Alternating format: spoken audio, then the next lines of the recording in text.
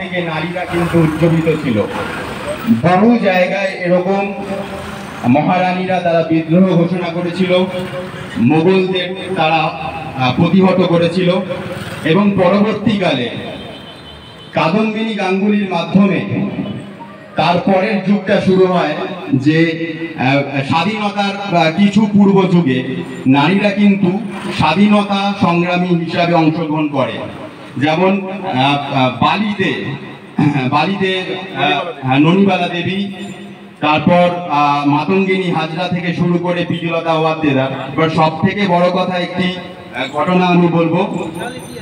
সেই ঘটনাটি হচ্ছে যে সূর্য সেন যখন চট্টগ্রাম অস্ত্রাগার লুণ্ঠনে যখন তিনি অ্যারেস্ট হচ্ছেন, সেই সময়কার কথা। 1930 সালে চট্টগ্রাম অস্ত্রাগার লুণ্ঠন হচ্ছে।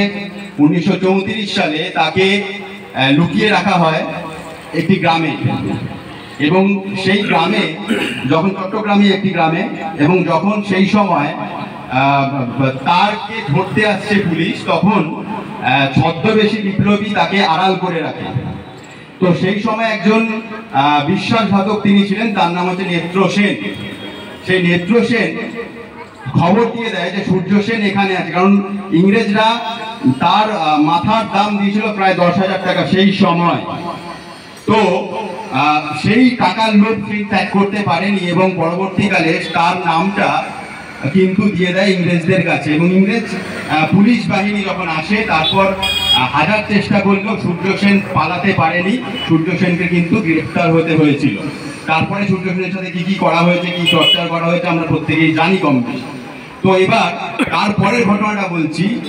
তারপরের ঘটনাটা একটা সামান্য গৃহবধূ, যাকে আমরা কথায় কথায় কিছু কিছু ক্ষেত্রে অনেকে বলি হাতে চুড়ি পরা, কিন্তু এই হাতে চুড়িটাই পরবর্তীকালে যে স্বাধীনতা বিপ্লবে অংশগ্রহণ করে সেটা কিন্তু দেখা গেছিল। আমি বলছি সেই নেত্র সেনের একদিন, তারপরের দিন, তার দুদিন পর সূর্য সেন যখন গ্রেপ্তার হচ্ছে, তখন তার দুদিন পর নেত্র সেন খাচ্ছে, খুব আনন্দের সহকারে খাচ্ছে, কারণ 10,000 টাকা তিনি পাবেন সেই সময় সূর্য সেনকে ধরিয়ে দিয়েছেন।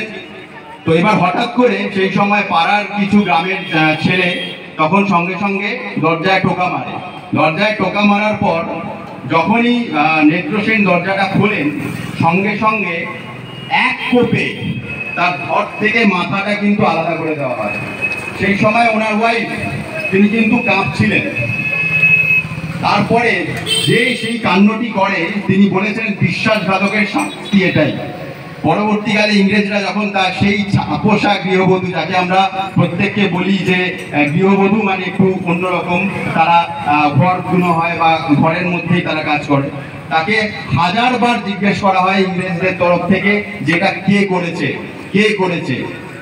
তার ওয়াইফ, তার নেত্র সেনের যে মানে বউ, তিনি কিন্তু একেবারে টোটালি তিনি কোনো কথা বলেননি, কারণ তিনি মনে মনে চাইতেন যে সূর্য সেনকে যিনি ধরিয়ে দিয়েছেন তার এরকমই শাস্তি হোক।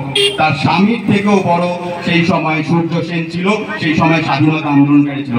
এই জিনিসটা দরকার যে এই সমস্ত ইতিহাসগুলো সবাই যাতে জানে, তার জন্য সেই ব্যবস্থা করতে হবে। কারণ ইতিহাস যদি আমরা ভুলে যাই, আমরা যদি ক্ষুদিরাম বসুকে না জানি, আমরা যদি অন্যান্য আন্দোলন যারা স্বাধীনতা সংগ্রামী তাদেরকে না জানি, তাহলে কিন্তু আমাদের সংঘ বিপদ আসছে।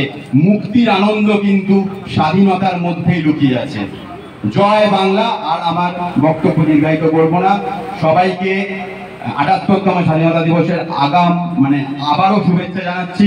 প্রত্যেকে ভালো থাকবেন। জয় বাংলা।